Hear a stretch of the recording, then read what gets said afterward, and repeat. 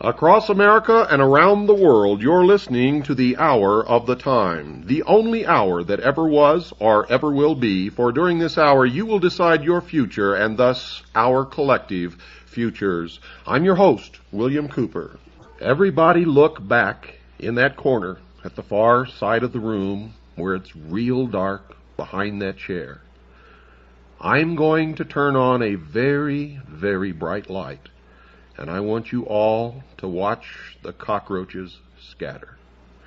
For tonight, I'm going to read verbatim to you from a book that we found in a dusty shelf far back in the rear of a used bookstore that proves beyond any shadow of a doubt that what I've been revealing to you in the many segments of the series entitled The Mystery Schools on this program, The Hour of the Time, has been not only true, but right on target, and the first time that this information has ever been exposed in its entirety to the people of the world. Now, you had better go to the used bookstores in your cities, and you'd better get there before the cockroaches get there, because I tell you now, they know that we are searching for proof, and that we are digging for the evidence that we will use in the future to hang them by their own rope. You need to get there first and buy any and every book that is concerned with any and every secret society, mystery, religion, or cult that you can find. If you don't understand them, and if you don't want to use them to help us expose these people, then send those books to us, because we will put them to the best use. I'm holding in my hand an old, faded, what used to be red hardbacked covered book. It's almost orange now because it's faded with age, entitled Fundamental Laws, 68th Convocation. On the front of the cover is some of the symbology of the mystery schools. There is a rope representing the snake eating its own tail, also known as the magic circle. Within this magic circle, there is a triangle, actually 3 triangles, one within the other. Within the triangles, there is the symbol of the skull and bones. There is the symbol of wings around the world. There's the symbol of the ark, the anchor, and the 3 letters TRY beneath the 3 triangles. This is the verbatim written report published in 1916, ladies and gentlemen, that I'm going to read to you from. Fundamental Laws, a report of the 68th Convocation of the Rose Cross Order, giving a resume of the proceedings of the convocation, together with most of the lectures that were delivered during this time of the convocation by the several delegates present. Also a report of the work of ancient initiation in the Grove of Osiris, as especially prepared for the occasion. Below that is the symbol of a triangle, with 3 stone steps representing the 3 degrees of initiation. Up on the top step is a cross, in the center of which is a rose. And beneath the triangle, again, the 3 letters TRY. This is copyrighted 1916, published by the Philosophical Publishing Company, Allentown, Pennsylvania, for the members of the Rose Cross Order. On the next page is a roll of honor. One of the names here stands out and almost knocked me over when I saw it, for the name is Lars Hansen.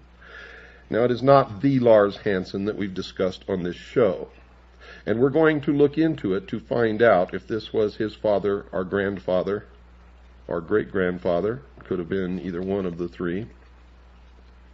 But we will find out, believe me. We know that Lars Hansen's parents were members of the mystery school, and in particular, the Metternich-Stell group, where Lars Hansen was reared. In explanation of the contents of this book, and I'm reading verbatim from the introduction in explanation, In explanation of the contents of this book, it is to be stated that these articles do not give the inner work of the Rose Cross Order, but simply the outer, the public teachings. Now you'll remember in the mystery school series, I taught you about the exoteric and the esoteric.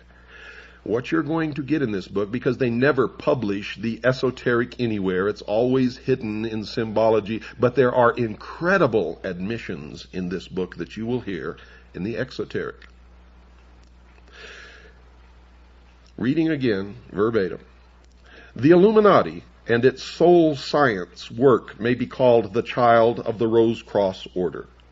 Years ago it was found that where there was one person who desired to follow the work with heart and soul, in other words, who was willing to live the life as taught by the order, there were 100 others who desired teachings from the order, but who were not willing to dedicate their lives to the sublime work.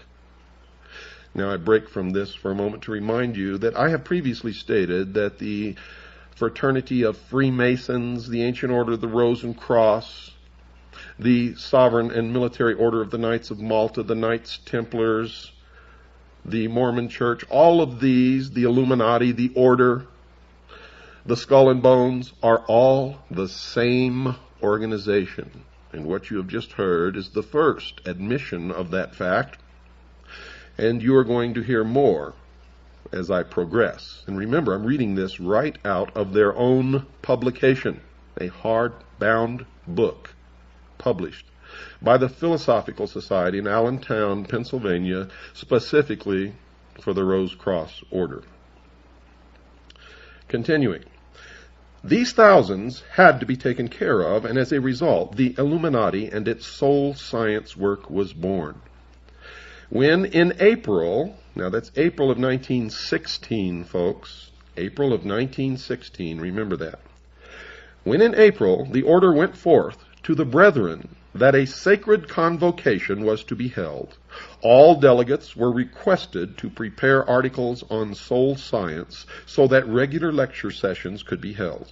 The lectures that follow are the result. All these lectures were given in open session and are to be considered as soul science work, though in entire harmony with the teachings of the Rose Cross Order. The work of the Rose Cross Order as given to its students can never be published. It is a secret, sacred work between teacher and student. Let me read that again for you. It is a secret, sacred work between teacher and student. It is a soul training, an inner initiation, and such work continues until the student has reached initiation, after which he is called upon to attend a convocation, and at which time the degree work is conferred upon him. But the inner work always precedes the outer work, as the outer work is only a bond binding together the brotherhood. Thus a word in explanation. Many having heard of the great order and its work, and actually knowing nothing of its inner work, have ignorantly or with fraudulent intent established so-called Rose Cross bodies. And these bodies, knowing nothing of the true work of the Rose Cross, have nothing but a ritualistic, initiatory, rite or degree work. We would refer all seekers to authorities on the Rose Cross and on initiation, and they will then find that the true Rose Cross is actually a school of spirituality with a degree ceremonial initiation as the climax. And this is signed by the Hierophant of the Order. In the preface, early in the summer, instructions were received from the hierarchies to call the inner circle of the Rose Cross Order into session, and thus to fitly celebrate the 68th year of the Rose Cross Order in America. Orders were immediately issued to those who have the privilege of attending this convocation, and on June the 1st, 1916, the convocation was called to order and the preliminary lectures were started. At this convocation, all delegates were instructed to prepare and to deliver articles which should have a bearing on the conditions of the present day and which should be the means of helping humanity. However, because of the limited amount of time at the disposal of those who could attend, only a few were enabled to prepare such lectures, with the results that there were not as many lectures delivered as might have been had the delegates had more time at their disposal. But even so, There were from 2 to 3 lectures each day, and most of these lectures will be found in this present volume, though many of the lectures cannot be given in book form, as they were only delivered as from teacher to those of the inner circle. From the beginning of the month until the day of the 13th, there were lectures in the Assembly Hall, which had been built in 1910 for the express purpose of holding these yearly convocations. But on the 13th, there were no lectures, as all of the day was required for making the preparations necessary in order that the ancient mysteries might be given to the delegates in a form of symbolism consisting of 3 degrees.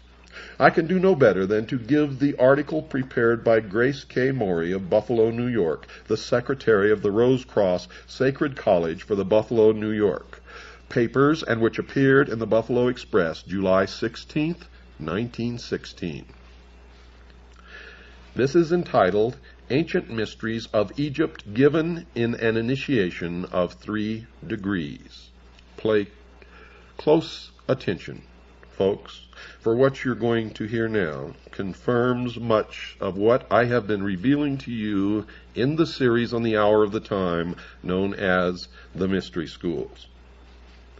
Quoting from the book once again, under the authority of the Rose Cross Order founded in America in 1858, prominent delegates of the order were gathered in the most remarkable conclave held during the last 5,000 years, the publication of whose records now opens to the world the connection of Egypt in her ages of true religion, power, and glory with the mystic seal of the United States, whose heraldic symbolism declaring the mighty destiny of America has until now only been known to a limited number.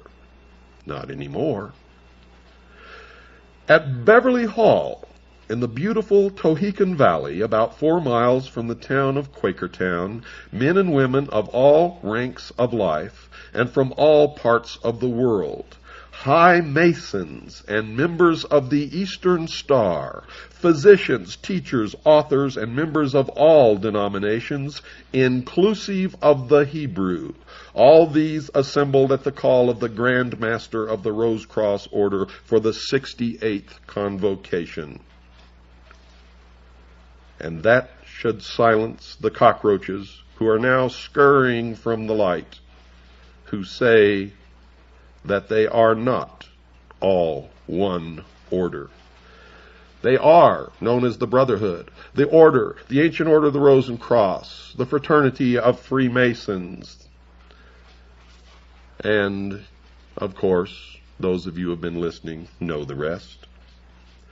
Reading again from the book, some years ago, R. Swinburne Clymer, author of The Philosophy of Fire, Ancient Mystic Oriental Masonry, The Rosicrucians, Their Teachings, Mysteries of Osiris, Soul Science and Immortality, and over 30 other works, bought a mountainous tract of land, and on this was built, quote, Beverly Hall, unquote. An assembly hall, press rooms and libraries and chemical laboratory, which surrounded by orchards, vineyards, and rose gardens, set in terraced lawns, presents with its collie kennels and poultry plants a splendid combination of the beautiful and the practical. To this has been added the mystic, for in a secluded and wooded tract of 50 acres of this land, an artificial lake was made from a mountain stream, a throne room erected, and other improvements made which would be needed for the initiation of neophytes in the Egyptian mysteries. The convocation was called to order on June 1st in the Assembly Hall, built over 5 years ago for that purpose, and the delivery of a series of lectures upon practical as well as mystical subjects began and continued until the close of the convocation. The delegates and teachers presented the lectures, which were followed by discussions upon the subjects of eugenics, scientific motherhood, code of ethics for the schools and home, spiritual Christianity, that's a joke, personal hygiene, diet and health, sin, authority and individuality, Jacob's ladder, initiation, reincarnation, soul development, the second coming of the Christ, and the mystic significance of the seal of the United States. In the time of Solomon, as in the time of the Egyptian priesthood, no ceremony was ever held unless the circle of Solomon, commonly called the sacred seal of Solomon, had been previously prepared. But since the fall of Egypt and of the Temple of Solomon, this seal has been practically unknown, except to a limited number of students of ancient religions and mysteries. Folks, the seal of Solomon is not the six-pointed star which is on the flag of Israel. It is not the seal of David or the Star of David. It is not the seal of Solomon, as you will soon discover. During the first week in June, in the grove, especially prepared for the dramatization of the ancient mysteries of Osiris, the seal of Solomon, often called the magic circle, was especially built, and on June 11th, the dedication of the magic circle took place in the presence of the delegates of the Rose Cross Order, some of whom were natives of Germany, England, and Russia. This was in accordance with the system as practiced by the ancient priests of Egypt and the Sanhedrin of the Temple of Solomon. On the night of June 13th, the first session of the class, including those of the order taking part in the initiation, assembled in the grove of Osiris, which was illuminated by electricity from a central powerhouse, especially prepared for the purpose and the initiation of the ancient mysteries of Egypt in 3 degrees and 6 scenes. All students of the ancient mysteries and religions know that in the Temple of Solomon there were 3 courts. The outer court for the people being composed of 700 selected teachers and leaders. These were members of the first degree, Illuminati called also seekers, travelers, or soldiers. The middle court, or members of the second degree, were 70 in number and were supposed to be in the hall of meditation and acted as mediators between the people and the inner sanctuary. Above all was the inner court, or circle of the 7 priests and the master or high priest, who were the teachers between God and man, mediators between the seen and the unseen.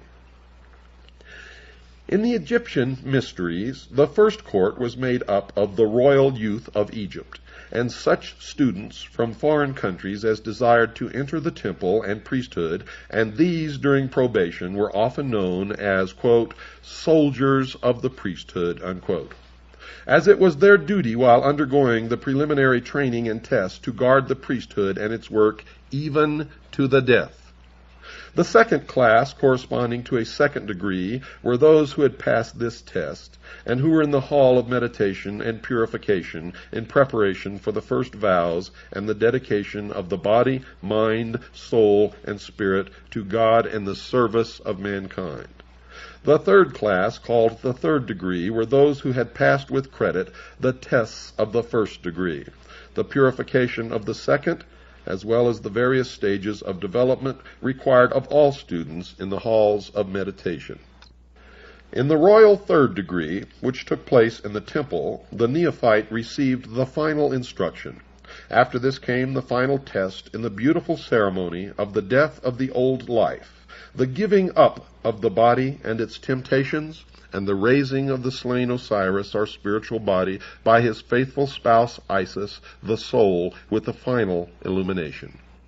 On the 15th of June, the first section of the representatives left Beverly Hall for their respective homes, and the second section began to arrive for the preparatory lectures, and on the 19th of June, the ceremonies were repeated so that all might witness the initiation and take part in it so as to become members.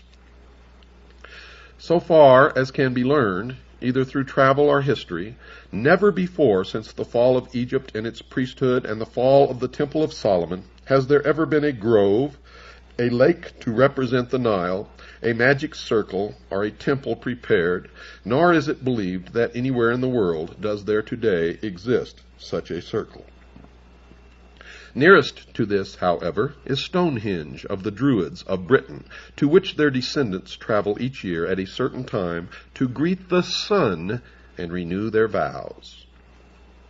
This is the first time, therefore, in 1,000 years that any order has attempted to build up this sacred emblem under the stately oak so that people of modern civilization might witness the beauties of the life and religion of the ancient people whose teachings of individual soul development made the glory of Egypt, the lost dreams of all Israel, the teachings of the Magi of Persia, all that was true in India, the splendid philosophy of Greece, the magnificence of the early Romans, the basis of pre-Christian Ireland's great schools, as well as the familiar Holy Grail legends of Britain, Celt, and Gaul.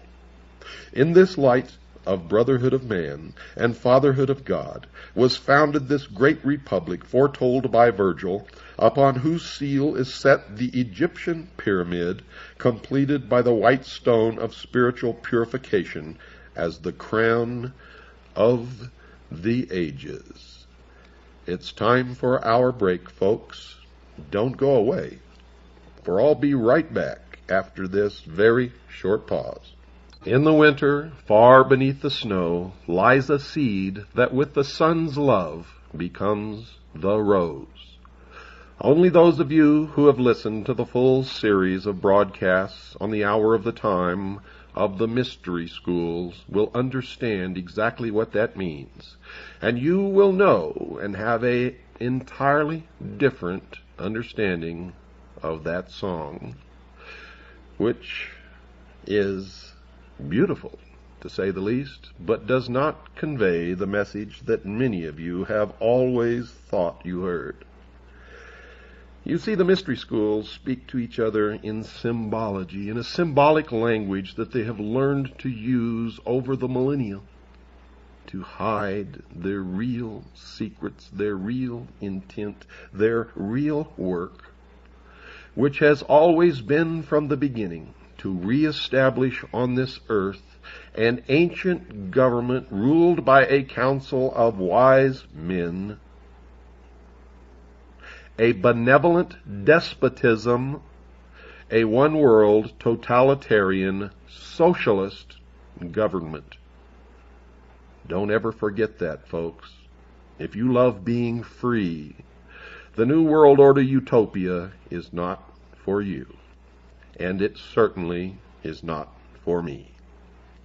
Continuing now from the book entitled Fundamental Laws, the publication of a report of the 68th Convocation of the Rose Cross Order, during which they admit the existence of the Illuminati, they admit the existence of the Order, they admit the existence of the Brotherhood, they admit that all of these secret organizations, including Freemasonry, are all the same organization, all working toward the same goal. An incredible admission printed in their own publication, a hardbound book found up on a dusty shelf way back in the rear corner of an old used bookstore. Such is the work of the Citizens Agency for Joint Intelligence, CAJI. You too can become a member by sending $45 to William Cooper, Post Office Box 1420. That's Post Office Box 1420. Sholow, Showlow. That's Sholow, Arizona, 85901. That's $45 for your membership to William Cooper, Post Office Box 1420, Sholow, Arizona, 85901. Also, I need to tell you, folks, Stan has retired. Please don't call his number. Please do not write or send orders to his old address. Stan got tired, and I don't blame him, and he has retired for the third or fourth time and probably the last. Stan did some incredible work for our cause and our organization. We've always loved him. We will always love him. He will always be in our hearts. And we will, of course, miss him. Quoting again from the book, The American constellation of 13 stars, set in the form of a double triangle, was foretold by Merlin of King Arthur's court, and the philosophy of the Holy Grail and of Egypt's glory and Solomon's temple has been the day star of every great American statesman from Washington to Abraham Lincoln. Now, if you've been listening to this program, you know the day star is a reference to Lucifer, the light bringer, the angel of light, the morning star, also known as the son of the morning. After the ceremonies in the grove, there was given in the dining room of Beverly Hall at midnight a feast of the gods, at which neither meat nor spices formed part of the menu, but only fruits, nuts, and other products of sun-kissed foods. And that should tell you something about sun-kissed oranges.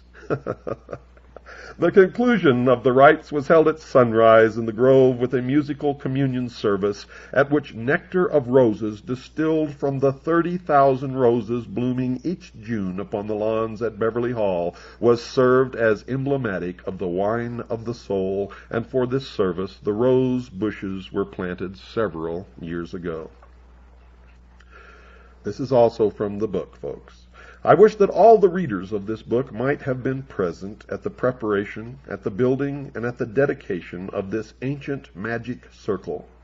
Or I wish that I might be able to give a detailed description of these sublime ceremonies in this book. However, I cannot do this here, though I hope that in some future work I will be able to do so. Sufficient be it to say that when the stone, made out of cement by one of the brothers, was nearly finished, the dedication took place, and the emblems placed in the stone itself before it was completed were the American Beauty Rose in full bloom. This as a representation or symbol of the soul that has reached full illumination. The mystic ring. This was a solid gold ring belonging to one of the members present, upon which had been engraved the cross and the pentagram. All members of the Magi will know what this symbol stands for. The ring itself, as is known to the Magi, is a protecting agent against all evil or malignant influences when worn during any ceremonial or developing work. And the true magic mirror. This is an emblem of the soul, which when fully developed will act as a mirror to the universe, wherein may be wisdom and truth. Lastly, a complete copy of the private textbook entitled, quote, Ritualistic Occultism, unquote, which contains the ceremonies as made use of by the Magi. And 4 of these ceremonials were made use of by 4 of the Magi in the dedication of the magic circle. When all of this had taken place, the stone was completed, and then later in the day the characters were engraved upon the stone by the brother who had completed the stone. Of the midnight feast to the gods, and of the morning services which took place in the grove, it is not lawful for me to speak at this time. But it is my sincere prayer that all who are enrolled in the sacred schools may someday be present with us and witness these sublime ceremonies, especially as they are conferred in the spring of the year. In the spring of the year. Arrangements were made by the delegates present through voluntary contributions to either buy another large grove, or if that is found impracticable, to build a much larger hall in the Grove of Osiris, so that advanced ceremonies may be held the coming spring at the 69th convocation of the Rose Cross Order. Now I'm going to reveal something to you that I have never told you before on this program. I've been working up to it, and now is the time to tell you before I read from the next section of this book. For then you will understand what has been happening in the last 50 years and what is happening now. It was Harry Truman, a 33rd degree Freemason, who signed the United Nations Treaty, who pushed through and signed the United Nations Participation Act. It was also Harry Truman, a 33rd degree Freemason, operating in concert with Wild Bill Donovan, the head of the OSS, a member of the Sovereign and Military Order of the Knights of Malta and of the Order of the Knights Templar, who created the National Security Act, pushed it through Congress. Harry Truman signed it. It created the umbrella of national security, a curtain of secrecy. It created the Central Intelligence Agency. And behind this curtain of secrecy, the secret societies have been working to destroy the sovereignty of all nations and bring about a one-world totalitarian socialist government. And folks, all of the bugaboo enemies that you've been afraid of all your life were never enemies at all. For these were deceptions, manipulations. The only enemy, folks, that the people of the world have ever had is right here in this country, down at the corner in your town, in the temple that has no windows. And now, reading again from the book, the report from the 68th Convocation of the Order of the Rose Cross. Introduction to the Great Seal. It is rather a strange and an unknown thing for one to write an introduction to a single chapter appearing in a book, but the conditions are so unusual as to warrant it. More than a year ago, Grace K. Morey, the author of the article, The Great Seal of the United States and Its Mystic Significance, prepared a sketch for a short primer of the Illuminati teachings. And in this sketch, as will be shown by the drawings, it was brought out that man is not only a threefold being, but that he is actually a fourfold being as well. In short, that when he has succeeded in reaching soul illumination, he is the completed pyramid or true triangle. If the student will give serious study to the article on the seal of the United States, he will find that on the reverse side of the seal, which is as yet uncut, there is to be found the pyramid, but with the capstone as yet not placed, and thus he will see that the philosophy of the Illuminati is the absolute and undeniable philosophy upon which these United States are founded, as is clearly indicated by our fourfold philosophy, by the drawings representing our philosophy, and by the drawings of the reverse side of the United States seal. And thus it would appear that the unseen hierarchies which shaped the foundation of the great republic which must some day rule the world are the same hierarchies which gave us the soul science philosophy as taught by the Illuminati. And now you know why what has happened in this country has happened, and you now know why what is happening today is happening, and you now know why on the reverse of the Great Seal of the United States are the words Novus Ordo Seclorum, which literally translated means the new order of the ages, also known, ladies and gentlemen, as the New World Order. But I won't let you rest with that shock. Listen to this, dear listeners. Hold on to your chairs, because the incredible admission that is coming to you right out of the pages of this book is going to knock you flat. Reading again from the book. And thus it would appear that the unseen hierarchies which shape the foundation of the great republic which must someday rule the world are the same hierarchies which gave us the soul science philosophy as taught by the Illuminati. And now let us look into the future, not far, but just beyond the line. We find that scholars condemn the design of the reverse side of the United States seal, that it has never been cut, but has remained hidden as though it were something to be ashamed of. However, though this appears the truth, it is not the truth. The reason why it has never been cut is because the time is not yet, as the capstone has not yet been set. And what is this capstone? My reader, prepare for a shock. When Atlantis ruled the world, that which is now America was connected with Egypt by what is now Mexico, and in Mexico and the territory of Yucatan, there is a pyramid in which the fire philosophers worshipped God as divine fire and life in like manner as did the initiates of Egypt, for the two were then one.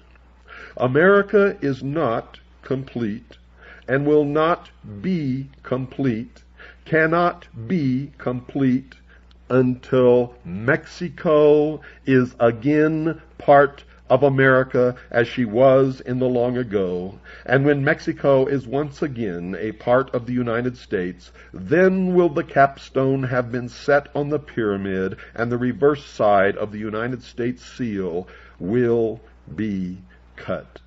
Thus you will see that the Soul Science Primer with its drawings is but the beginning of the article concerning the seal of the United States, while the article on body, mind, spirit, and soul is the final thereof. May it not be long until the Holy Pyramid shall be completed, and may it be completed without the shedding of blood. Lovingly given, R. Swinburne Clymer, Beverly Hall, Quakertown, Pennsylvania, July 6th, 1916. And now you know the final truth, ladies and gentlemen. Now you know the purpose of the free trade agreements. Now you know the purpose of GATT and NAFTA. Now you know where we're headed. Now you know that the middle class in this country is doomed. Now you know that the New World Order is being brought about by the intelligence community and the secret societies whose headquarters are in the United States of America, just 13 blocks from the White House. Now you know, in the incredible admissions in their own writing in this book published by the Ancient Order of the Rose and Cross, now you know that the Illuminati is real, that Freemasonry is a part of the Illuminati, that the Rose and Cross is a part of the Illuminati, that they are also called the Order, the Brotherhood, that they also consist of the Knights Templars, they also consist of the Knights of Malta, and all of the other secret societies whose organizational structure is in the shape of a pyramid, with a few at the top who really know what the great work and the great plan is, and a whole bunch of slathering idiots thirsting after the secrets on the bottom who will never, ever know anything. Are the cockroaches scattering? If this broadcast doesn't do it, nothing will. If this doesn't wake you up, ladies and gentlemen, nothing will. If you don't understand now the 18 hours of the series that I've aired on the mystery schools, you will never understand it now or in the future. If you don't know where we're headed now, then you never will. If you are not concerned now, then you have already placed the chains upon your ankles, and you have already watched freedom fly. If this broadcast does not do it, nothing will. This is the last voice of freedom. This is the only revelatory media source in the world today. The hour of the time is the only outlet for truth left upon this earth. Ladies and gentlemen, what you have heard tonight is the final parting of the curtain. It is the opening of the last door that was to be opened. It is the final understanding of where we have been, where we are at, and where we are going. It is the light. It is the illumination in the darkest corners. You are looking at the forbidden fruit. You have heard tonight what you were never to hear, what has been forbidden for thousands of years. You now know what the great work is. You now know who is bringing it about. You too can find this book if you search hard enough, and the incredible admissions that are contained within it will give you the ammunition and the armor to march out here on the battlefield with me and many others who are trying to stop what is coming. Remember what Mr. Swinburne said at the end of his article, and I'll read that to you again. May it not be long until the Holy Pyramid shall be completed, and may it be completed without the shedding of blood. Lovingly given, R. Swinburne, Clymer, Beverly Hall, Quakertown, Pennsylvania, July 6th, 1916. And I am telling you now, their goal is to destroy all other religions save theirs, destroy all existing nation-states save theirs, and shackle the mob, and that is you. Good night, dear listeners, and God bless you all.